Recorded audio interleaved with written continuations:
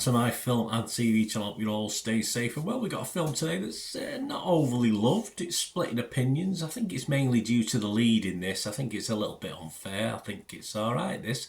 And it's one of those films that's almost 2 hours that I quite like. So that says a lot, doesn't it? I don't usually like films lasting more than, say, an hour and 20, an hour and 30 minutes, depending on the film, of course. Certain classics and blockbusters need to last a bit longer, but we're going to look at a sci-fi action thriller today anyway that splits opinion, good sci-fis, bad sci-fis, and this is simply called Atlas, 118 minutes.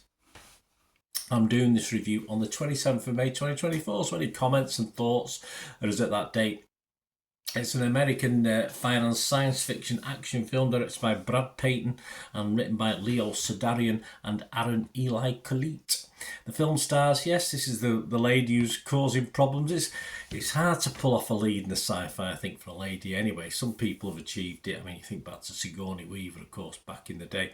I think Jennifer does a reasonable job in this, because we're talking Jennifer Lopez, aren't we, as well? I thought she did okay. She's getting some stick, but I think that's a little bit unfair.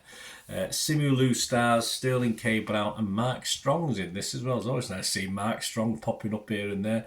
This was released on Netflix on May the 24th, 2024, so check your streaming sites if you've not got Netflix, or check Netflix, of course.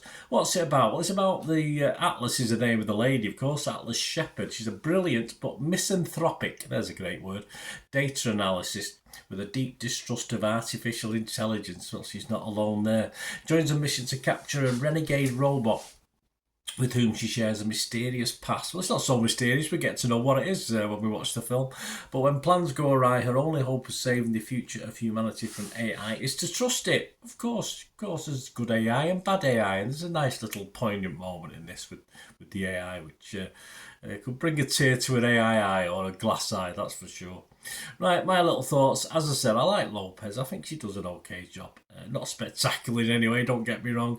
But I thought this was in the style of a sort of clean-cut sci-fi. A bit like, remember Demolition Man back in the day? Was it Sandra Bullock in that one?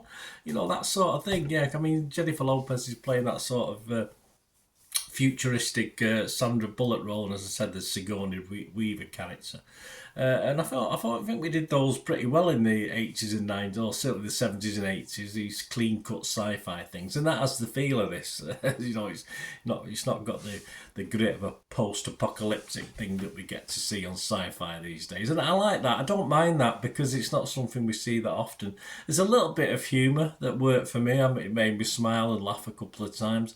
And it doesn't, thankfully, take itself too seriously, yet the critics and some of the public are thinking it should be perhaps a bit more serious than it wants to be. It's just, for me, it's just a bit of a bit fun entertainment, and that's all I'm ever after sometimes in a film. I like deep films, of course I do, but I just want to be entertained.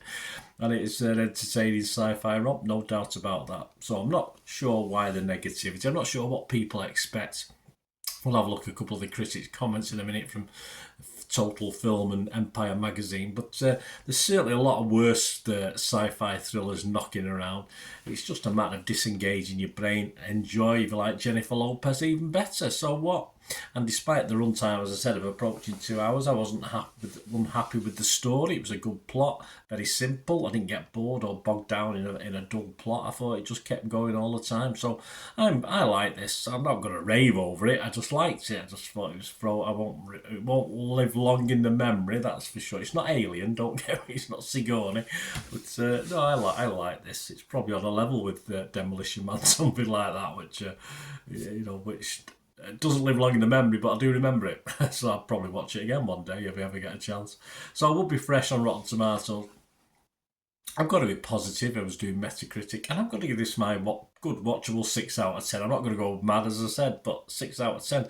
But this brings us to the other scores, which aren't as complimentary, unfortunately, and a bit mean. Rotten Tomatoes, 63 critics, just 16% positivity. It's averaging 3.8 out of 10. That's a bit derogatory, that, isn't it? I think Rotten Tomatoes, I know it likes, in the old days it used to be quite powerful and hit the mark. It's got a bit soft these days, but I think that's still a bit harsh. 10 critics were fresh and 53 were on. And the consensus, Jennifer Lopez admirably does her best to shoulder Atlas's seismic scope. She does. But this sci-fi spectacle buckles under the weight of a script whose intelligence is merely artificial. It's just a bit of fun. It's just, it's not 2001 Space. He's not supposed to think too much about this. You just go along with the flow. It's just entertainment. Metacritic, not much better, if anything, not better at all. 38 out of 125 critics. Only one was positive, 15 were mixed, and 9 were negative. And just look at, as I said, mention those two magazines. Empire magazine, Helen O'Hara only give it 40. She said, Lopez throws everything at this, but even major movie star charisma can't make up for the recycled story elements. Tired exposition and endless psychobabble, maybe the machines can take over and do better. Harsh. Matt Looker from Total Film, he was similar, he gave it 40 as well. He said, Lopez takes admirable care of the story's human elements. Yeah, I think, well, J-Lo's done alright out of this, hasn't she, by the looks of it. Seizing opportunities to find emotion amid the weapons-grade pyrotechnics of the chaotic action sequences, but the effective, if minimal, world building really just mess a thin plot. Hammy characters and a kind of questionable logic leaps you so often find in this sort of big, silly space movie. Well, I don't mind a big, silly space movie sometimes. I just don't. Rotten Tomatoes audience, not overly, 3.1 out of 5, so that's over 6, isn't it? So that's not bad, 55% positivity, that's a little bit better.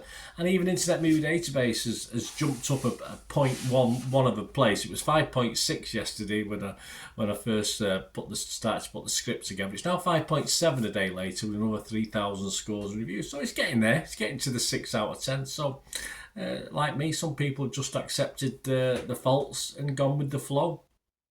There you go, guys. Let me know what you think. Anyway, 5.7 on Internet Movie Database, so 14,000 scores and reviews. So there you go. I liked it. Simple as that. Please let me know what you think, guys. It'd be great to hear from you. And if you are new to the channel, please push that subscribe button, push the bell notifications. Everything film and TV, of course. Information, vlogs, reviews like this, series reviews, lots of streaming stuff, reviews, etc, etc.